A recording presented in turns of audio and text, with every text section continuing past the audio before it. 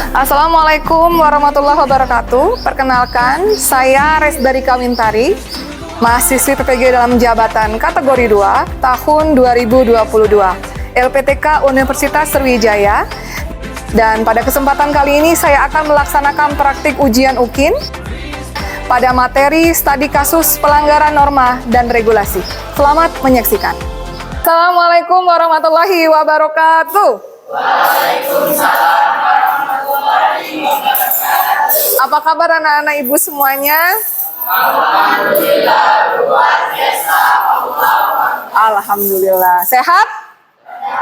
Tetap semangat ya. Oke, untuk memulai materi kita kali ini, ada baiknya kita baca doa terlebih dahulu. Ya, silakan Eja pimpin doanya, Nak.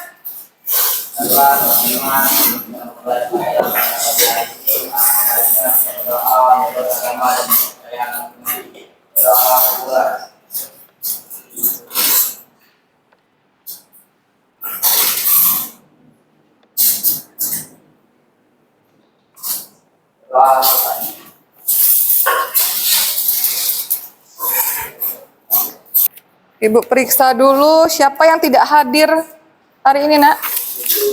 Guntur. Kenapa Guntur? Sakit ya?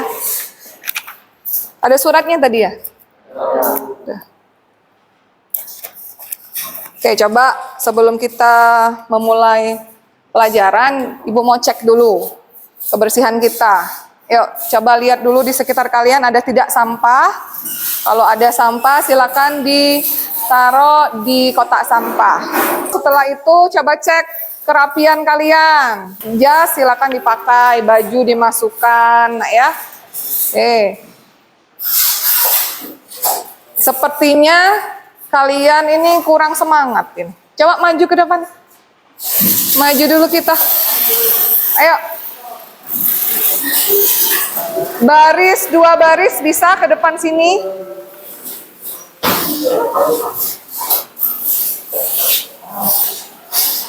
Ya.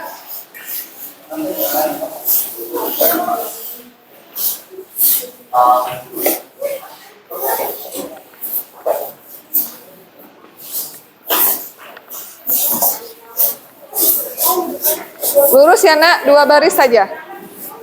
Dempet aja nggak apa-apa. Ayo.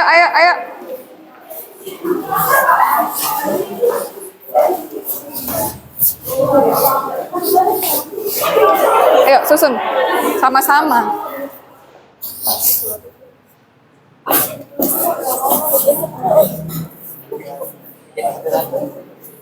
Oke, maju dikit, Nak. Maju dikit. Op. Nah, nanti ada clue-nya. Jadi kalau Ibu bilang apel ya. Kalau Ibu bilang apel, lompat ke sebelah kiri. Apel, coba. Kalau, gini, ulang, geser lagi dikit, Nak. Geser lagi dikit. Up, lagi. Up. Nah, jadi jangan terlalu mepet di situ ya. Oke. Konsentrasi ya. Kalau Ibu bilang apel, silakan lompat ke kiri. Apel. Terus kalau Ibu bilang jeruk, ke kanan. Jeruk. Terus kalau Ibu bilang apa nih? Mau apa? Anggur ya. Kalau anggur silakan ke depan. Lompat ke depan. Anggur. Oke. Jadi kalau ada yang salah itu bertabrakan nanti. Sekarang coba ya. Ingat, kalau apel ke kiri, jeruk ke kanan, anggur ke depan. Oke, coba. Konsentrasi. Apel. Anggur. Terus jeruk. Jeruk, apel, anggur. Jeruk, apel, anggur. Oke, hapus dulu, Nak. Oke, silakan. Ke tempat masing-masing.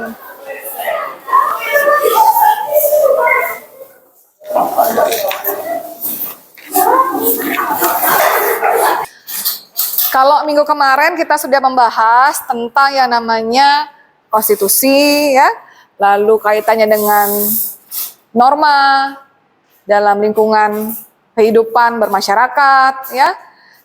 Siapa yang masih ingat apa itu norma? Ya, Naila? Adalah aturan-aturan yang menjadi dasar untuk tingkah yang mana yang seharusnya dan tidak seharusnya dilakukan. Oleh karena itu, norma menjadi pedoman perilaku seorang individu dalam kehidupan masyarakat. Oke, good, hebat. Aplaus dulu untuk Naila. Nah, kan kaitannya dengan norma, ada yang namanya konstitusi. Konstitusi itu apa, Ara? Konstitusi adalah peraturan secara tertulis maupun tidak. Oke, good. Kasih aplaus juga untuk Rara, teman-teman. Nah, jadi pembahasan kita akan masih berkaitan dengan norma, kaitannya dengan konstitusi, elemen UUD 45, ya, Undang-Undang 1945. Kali ini akan kita bahas tentang yang namanya studi kasus. Jadi anak-anak sekalian, ada pertanyaan yang ingin Ibu berikan kepada kalian. Apa konsekuensi pelanggaran terhadap suatu norma dan regulasi? Tahu. Ya, Alia, silakan. Ada hukuman. Oke, aplaus dulu teman-teman, hebat. Oke, jadi tentu saja ada konsekuensi yang akan diberikan ketika ada suatu pelanggaran yang kalian lakukan. Ya. Nah, berikut ini anak-anak, ada artikel dan gambar yang Ibu tampilkan. Bagaimana pendapat kalian tentang yang namanya artikel tersebut? Sebelum Ibu menjelaskan materi, kalian akan memainkan suatu games. Nah, games ini sudah Ibu buat ya dengan menggunakan word wow. Coba Ibu akan kirimkan linknya ke grup. Coba buka grup kita, Nak. Jadi ada pretest seperti ini tampilannya. Jangan lupa untuk tuliskan nama kalian. Nama kalian betul-betul ya, jangan pakai nama samaran ya. Silakan, ayo Nak. Silakan dimulai.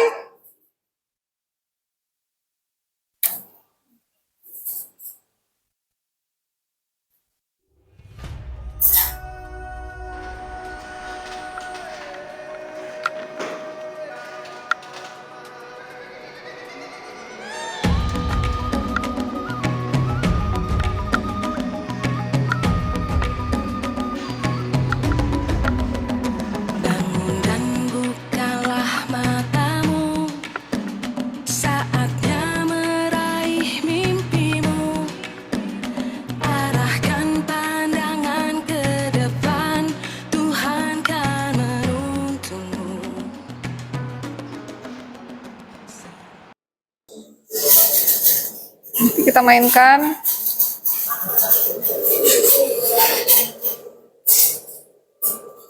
Nah, ini silakan kalian mainkan gamenya. Sesuaikan dengan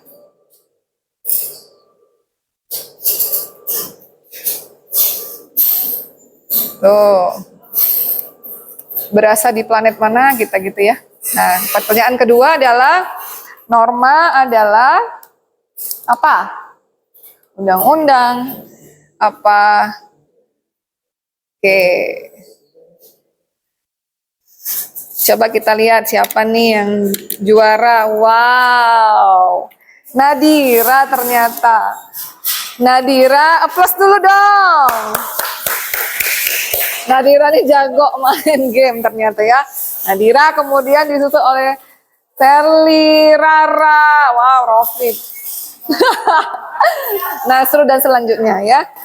Oke, artinya ini untuk melihat bagaimana pengetahuan kalian tentang yang namanya materi awal kita, karena kita akan membahas tentang studi kasus ya, studi kasus tentang pelanggaran norma dan regulasi.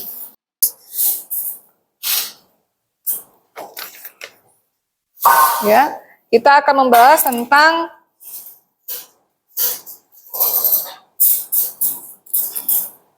Tadi kasus pelanggaran norma dan regulasi. Yang sudah kalian ketahui bahwa norma itu apa? Merupakan kesepakatan dari berbagai pihak. Jadi kalau harus kita pahami bahwa kita harus bisa menerima dan mematuhi yang namanya aturan kesepakatan yang sudah dibuat tersebut, ya, walaupun kita secara tidak langsung itu tidak terlibat di dalamnya. Contoh seperti kalian di sekolah, ada aturan nggak di situ? Ya, ada aturan di sana yang mengharuskan kalian apa? Menaati aturan sekolah. Oke, selanjutnya.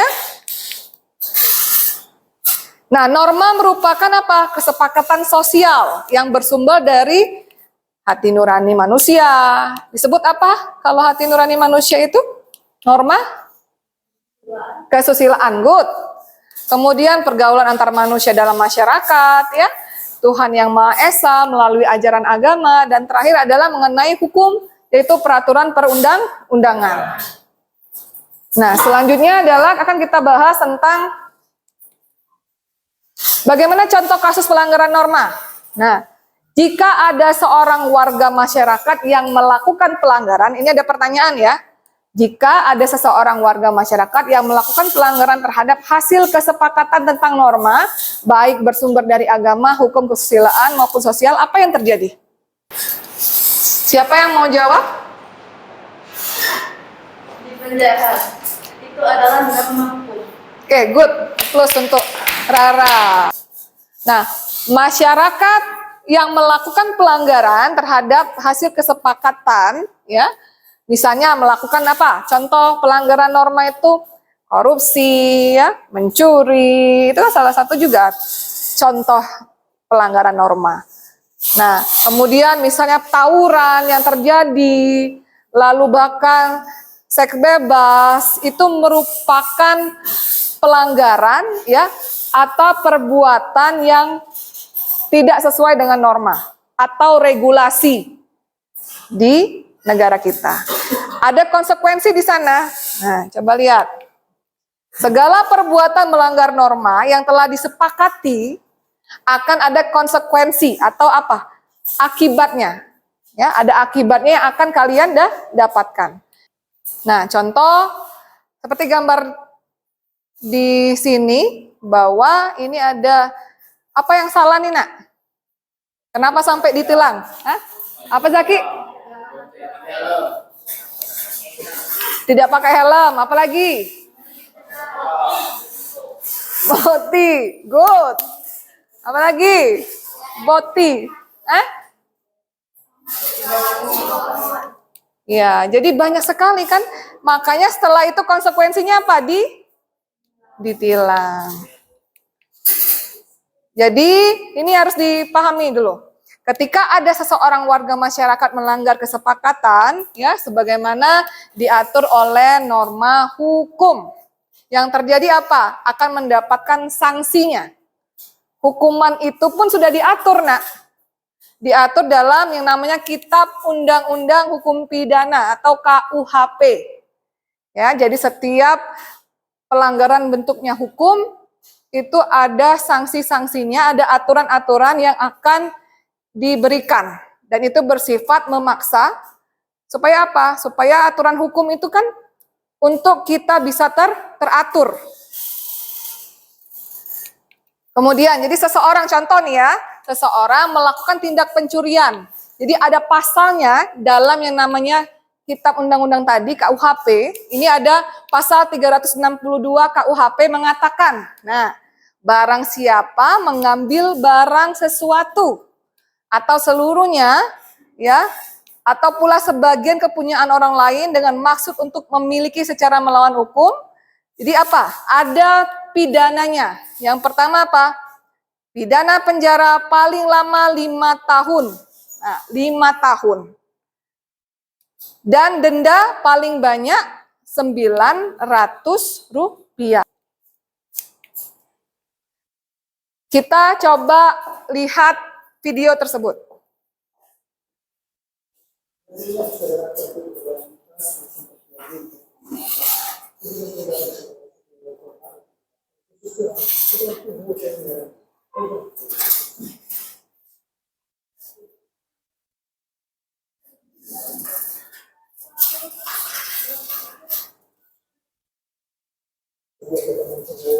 Jadi kan kalau sekarang kan ada kamera CCTV tuh.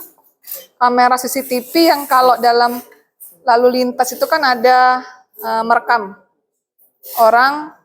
Kan sekarang kan sudah tilang pun pakai tilang elektronik kan. Nah, sama.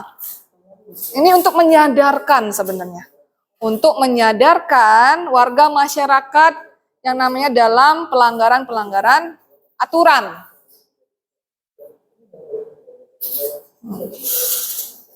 Viral loh.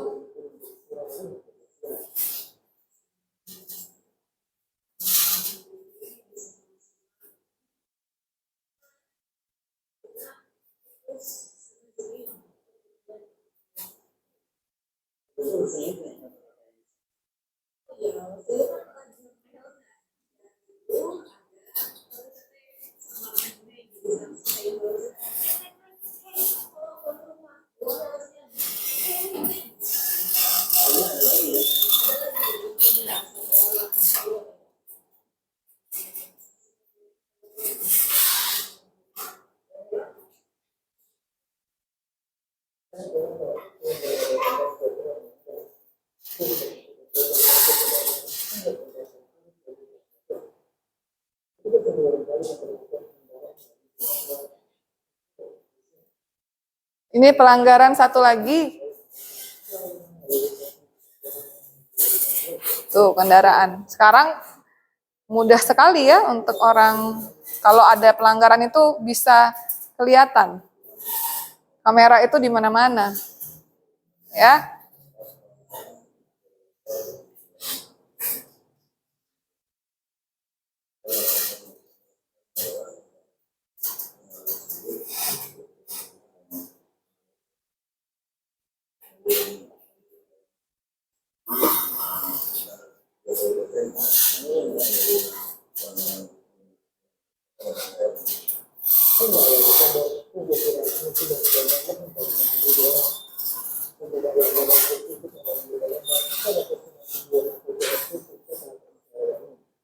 Sampai viral dia di media sosial. Nah, apa yang bisa kalian tanggapi dari video tersebut? Yo.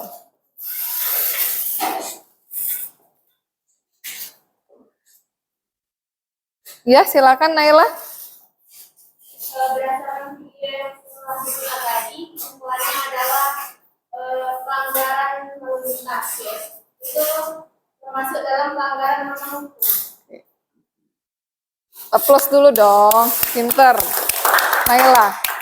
Jadi itu salah satu bentuk pelanggaran norma ya.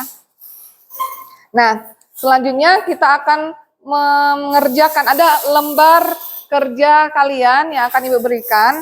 Jadi kita akan mengerjakan kerja kelompok, tugas kelompok yang akan Ibu bagikan. Nanti silakan dibaca terlebih dahulu penjelasan Ibu tentang LKPD kita. Bahwa nanti kalian akan berdiskusi ya.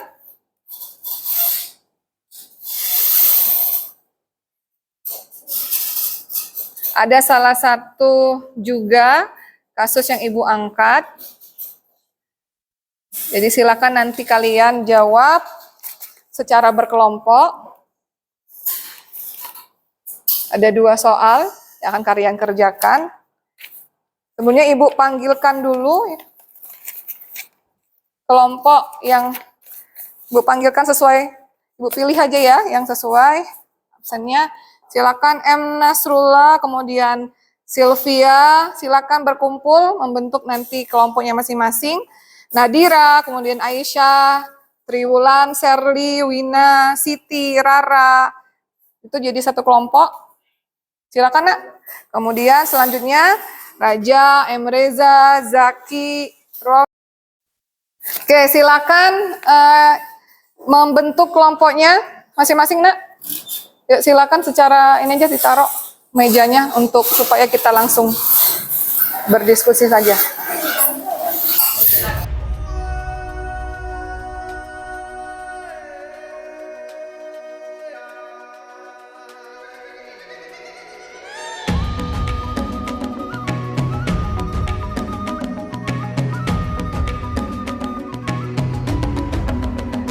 Bangun dan bukalah matamu, saatnya meraih mimpimu.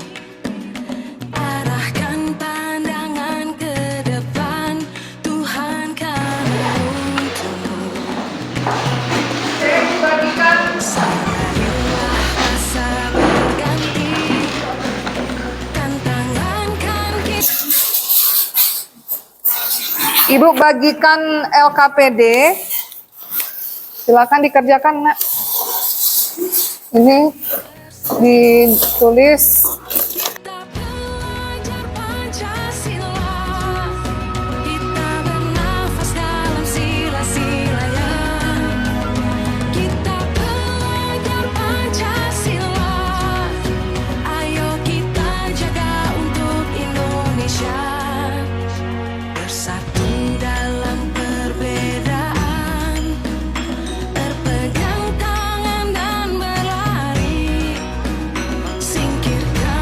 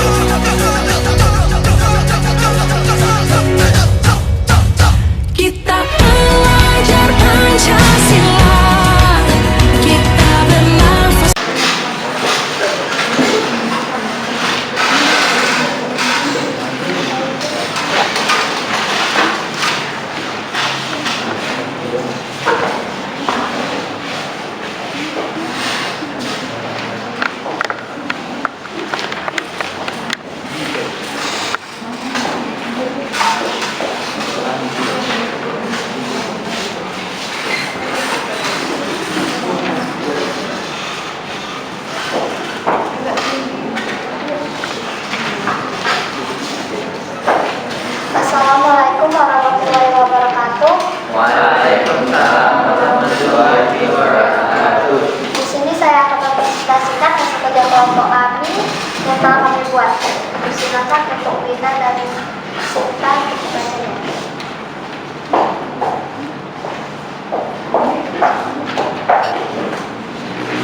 Peristiwa di atas merupakan kejadian yang viral di media sosial pada tanggal 24 September 2022 di Depok, Jawa Timur.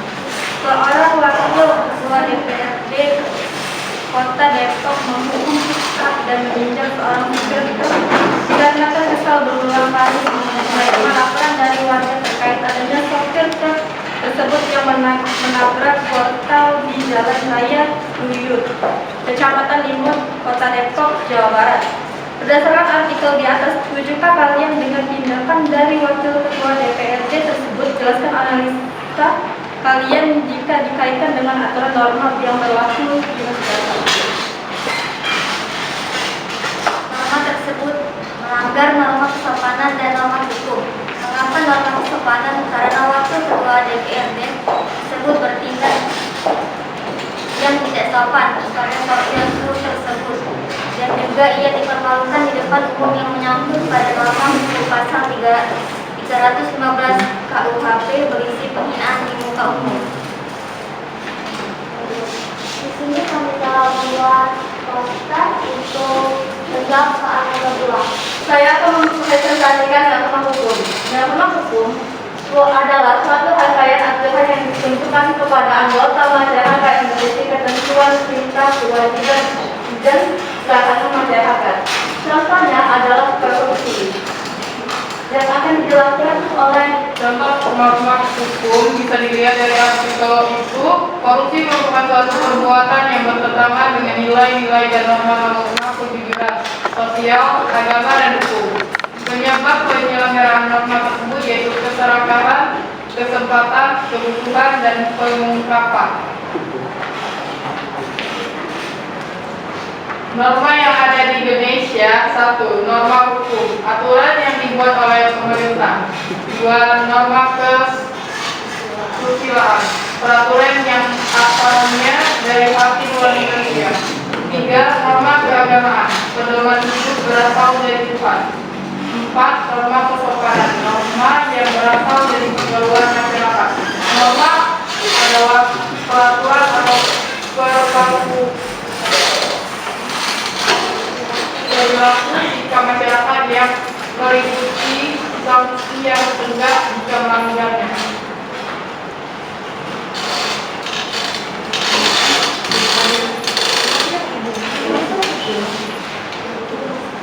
Oke, karena kami membahas norma hukum, kali ini saya akan menjelaskan lagi apa itu norma hukum. Norma hukum adalah aturan yang dibuat oleh pemerintah untuk menertibkan rakyat-rakyatnya. Norma hukum di Indonesia sendiri itu adalah Undang-Undang Dasar 1945. Bagi orang yang telah melanggar norma hukum akan dikenakan denda dan bisa dipenjara, juga harus mengembalikan barang-barang dan barang-barang yang bersangkutan. Baiklah, di sini saya akan membuka sesi tanya jawab. Jadi yang mau tanya silakan bertanya.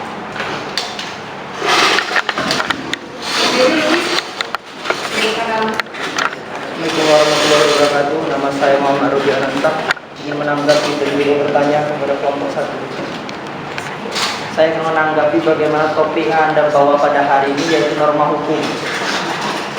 Kalian telah mengambil contoh yaitu korupsi. Pada tahun 2018, Julius Batubara, Menteri Sosial yang mengkorupsi dana bantuan sosial, saat ini telah dapat dihukum.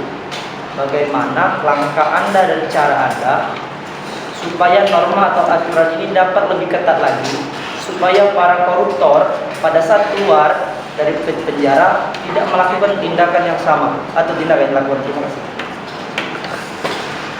Baiklah, di sini saya ingin menjawab pertanyaan yang sudah diajukan.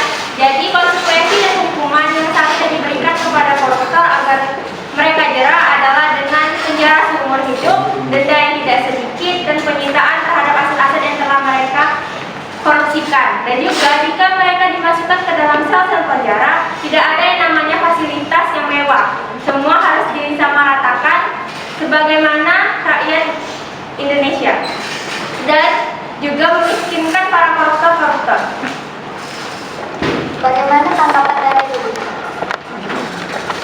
Dalam pasal-pasal ada 2 pasal yang menyatakan koruptor dengan tingkat korupsi memakai barang-barang berharga dan juga tingkat dengan tidak menyalurkan. Saya meminta apabila dia tidak menyalurkan, posisinya tidak menyalurkan, tetapi sedang berada di dalam penjara, pada saat keluar penjara nanti durasi hukuman yang sekitar 15 atau 10 tahun, pada saat ia keluar, bagaimana solusinya supaya ia tidak melakukan kejahatan tersebut di institusinya? Apabila dia masih menjabat sebagai anggota dewan, maka bagaimana supaya cara dia tidak korupsi lagi? Itu saja. Saya minta cara bagaimana apabila dia keluar. Bukan saya meminta apabila dia di dalam tidak diberikan fasilitas, itu urusan institusi di dalam, bukan institusi di luar. Itu saya, terima kasih. Saya akan menjawab pertanyaan dari Ibu. Karena kasus tersebut harus diperhatikan dan membuat yang akan disimpulkan oleh Naila. Oke, jadi jika para koruptor tersebut sudah bebas, bagaimana cara dia supaya tidak melakukan tindakan tersebut lagi? Caranya adalah dengan cara menurunkan jabatan atau dengan memberhentikan para koruptor tersebut dan juga dengan menyita aset yang ada dalam rumahnya. Sekian dari saya. Saya sangat puas, terima kasih.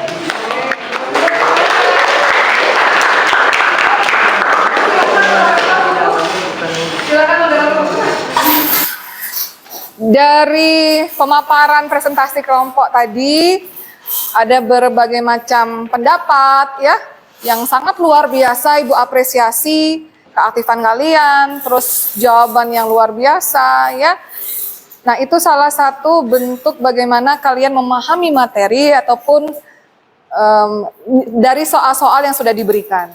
Kalau tadi membahas ada kelompok 1 ya, membahas tentang yang namanya dikaitkan dengan norma hukum ya, kasus-kasus pelanggaran seperti contoh koruptor ya, korupsi yang sudah dipaparkan tadi itu sangat bagus sekali ya. Kemudian bagaimana dampaknya ketika ada kasus-kasus yang korupsi itu kan artinya Anda sudah melanggar aturan. Jadi sudah seharusnya norma-norma ini atau aturan-aturan itu ditegakkan dan kita harus konsekuen. Kita harus juga konsisten dalam melaksanakan aturan yang ada di lingkungan kita. Ya, baiklah anak-anak, kali ini kita akan melakukan penilaian kompetensi ya, yang harus kalian kerjakan. Ada soal yang akan Ibu berikan. Coba perhatikan dulu nak, perhatikan dulu. Nah, ini ada soal. Gambar apa ini? Nah, apa ini? Perhatikan gambar berikut ini. Soal yang pertama, setujukah kalian dengan gambar tersebut dan berikan alasannya? Yang kedua, analisislah dari kasus tersebut jika dikaitkan dengan regulasi dan norma yang berlaku di masyarakat. Ya, silakan sekarang kalian kerjakan di kertas lembar, silakan tulis. Ayo. Yang harus kalian perhatikan adalah kita membahas tentang yang namanya apa tadi? Jangan lupa kaitkan dengan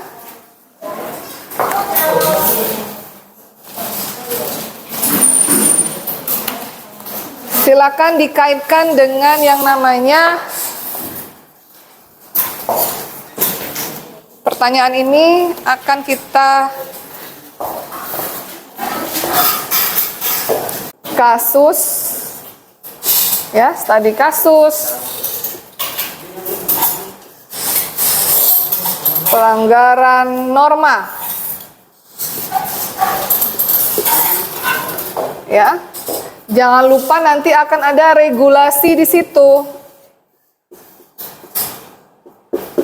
Nah, inilah kaitannya dengan pertanyaan itu. Coba perhatikan.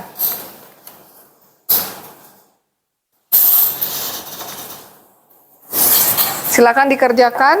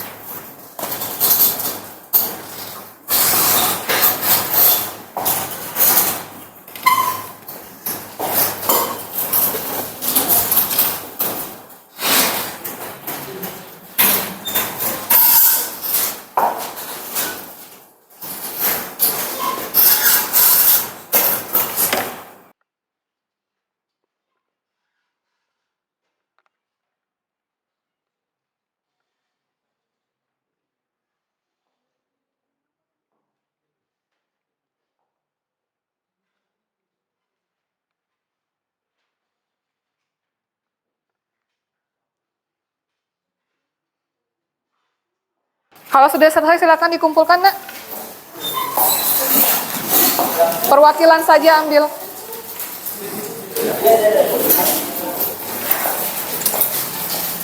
Ini.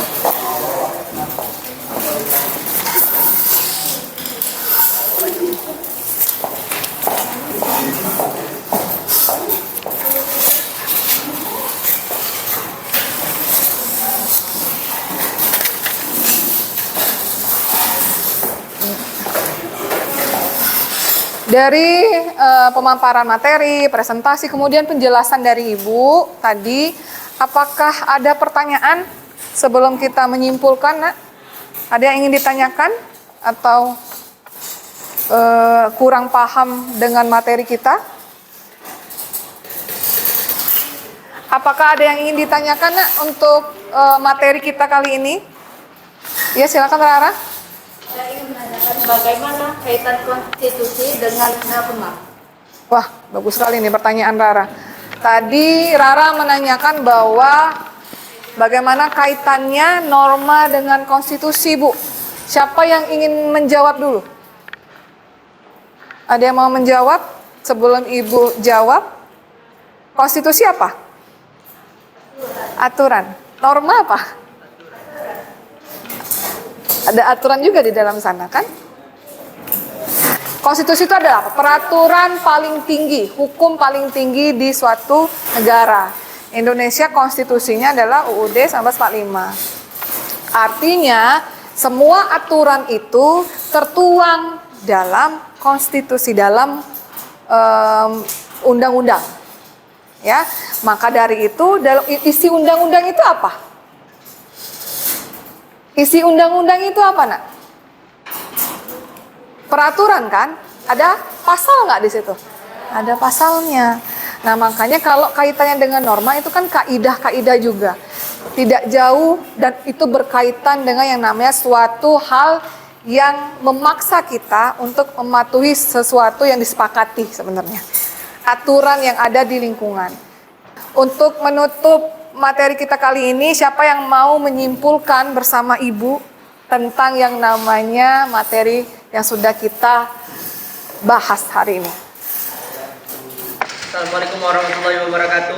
Waalaikumsalam warahmatullahi wabarakatuh. Nama saya Muhammad Rubiananta akan menjelaskan dan menyimpulkan proses pembelajaran pada hari ini mengenai norma. Norma adalah aturan yang mengenai petunjuk atau tingkah laku. Norma adalah aturan yang dilengkapi dengan saksi-saksi kepada orang yang melanggar aturan.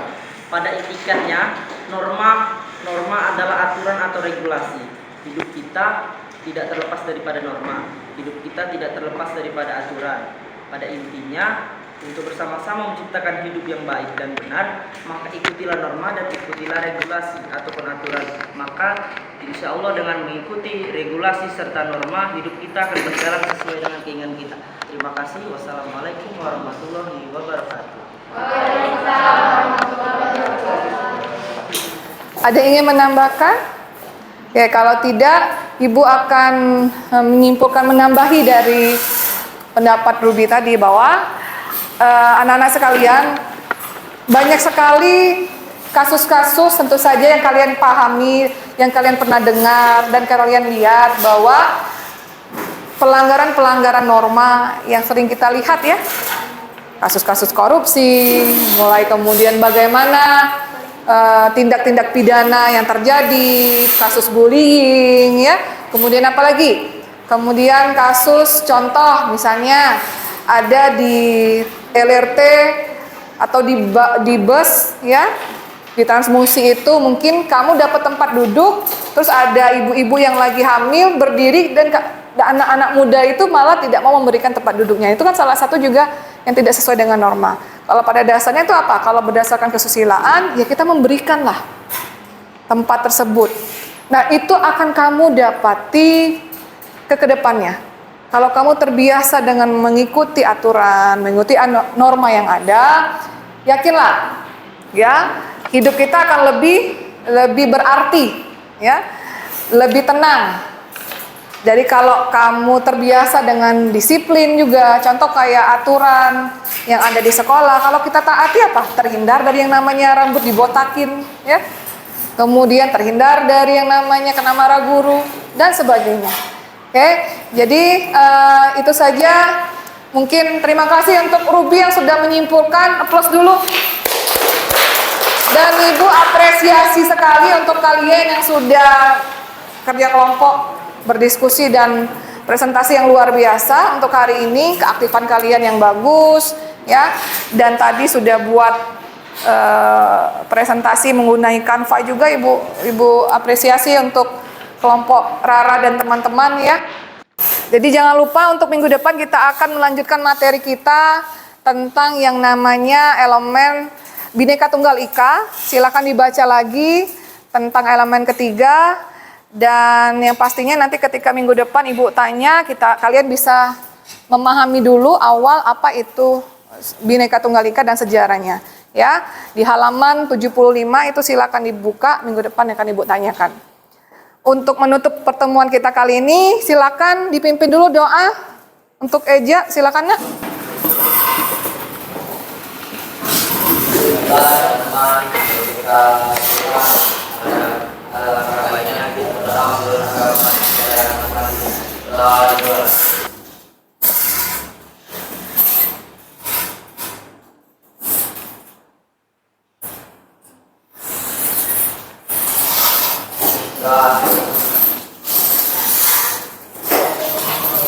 Baiklah, Ibu tutup pertemuan kita kali dengan mengucapkan Alhamdulillah. Ketemu minggu depan. Akhir kata, wassalamualaikum warahmatullahi wabarakatuh.